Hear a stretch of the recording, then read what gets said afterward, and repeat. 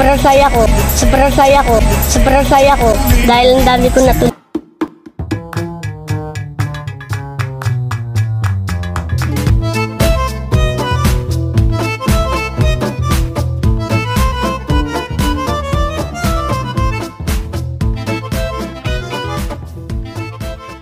Yes, hello mga kabuknoy, welcome back sa bago po nating palabas. Ang video po natin today is magkakaroon po kami ng isang pagsalo-salo kasama ng mga bata. Magkakaroon po kami ng feeding program sa tulong ng pamilya nina Madam Sheila Lee, na sila pong nag-sponsor po ng kakainin po ng mga bata. Ngayon ipapakita ko po sa inyo yung munti po naming nakayanan. Guys, tara, panoorin natin ang kwento ng mga bata.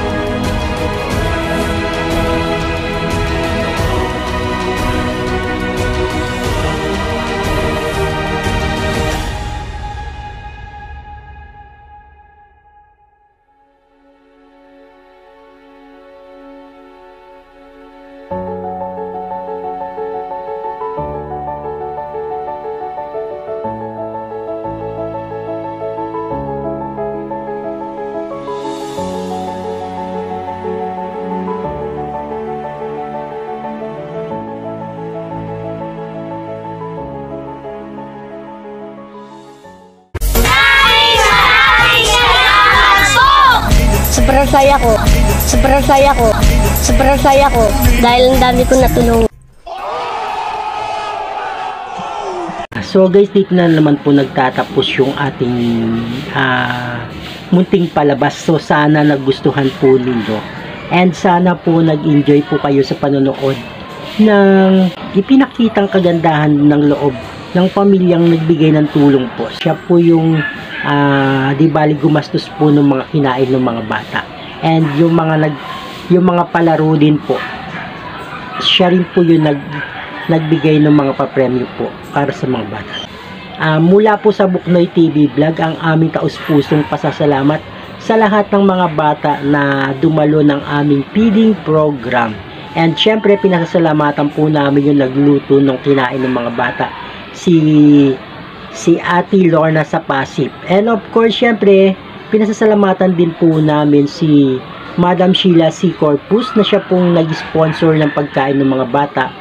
And yung mga papremyo sa mga pag-games po namin. And syempre, pinasalamatan ko si Catherine Joy Silly na siya pong nag-effort na mangalap ng mga